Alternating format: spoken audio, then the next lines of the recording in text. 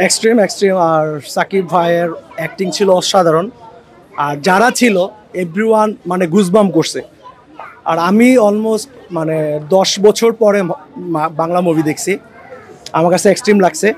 আমার মনে হয়েছে যে বলিউড বলেন হলিউড বলেন মানে টক্কর দেওয়ার মতো একটা মুভি হয়েছে। আর রায়ান রাফিরে বলবো এত জোস ডিরেকশন দিছে, মানে আমরা কি বলবো, I am very proud about Bangla film. তাণ্ডবের মধ্যে সাকিব ভাইয়ার অভিনয়টা ছিল এক্সট্রিম, আমার কাছে অনেক ভালো লাগছে।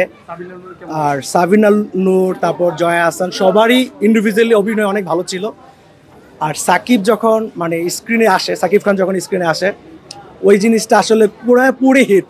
ঠিক আছে, আমি পার্সোনালি 10 বছর পরে মুভি দেখছি, বাট আমার কাছে ভালো লাগছে। প্রত্যেকটা মোমেন্টামে, প্রত্যেকটা সেকেন্ডে মুভিটা আপনাকে ধরে রাখবে, ওইটা আমি বলতে পারি। আর আরেকটা বিষয় হচ্ছে বাংলাদেশের মুভিতে এত মানে ওয়ার্ল্ড ক্লাস লেভেলের সিনেটোগ্রাফি বলেন, বিজিএম বলেন, এত জোস হয়েছে, এটা ফার্স্ট টাইম। আর চরম, আমার মামার একটা হল আছে, ওই হলে আমরা স্পেশালি যা দেখছি। ফার্স্ট ডেতে আজকে সিনেপ্লেক্সে আসছি সেকেন্ড টাইম দেখার জন্য, বাট টিকিট নাই। তো আমরা 3 দিনের পরে আবার টিকিটটা কেটে যাবো আজকে। আর সবাইকে বলবো মুভিটা দেখেন, মুভিটা অনেক জোস হয়েছে। আর যারা যারা বলেন আর কি মেগা স্টার বা সুপার স্টার যাই বলেন, টোটালি সাকিব খানের ব্যাপারে এটা অর্থিত।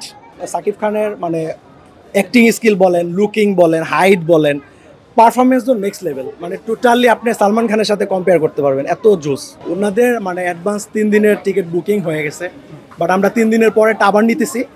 এটা আমাদের জন্য প্রাউড। টিকিট নাই এটাই আমরা চাইতেছিলাম, হোয়াট এভার, দেখা যাক, লেটসি 3 দিন পরে দেখবো।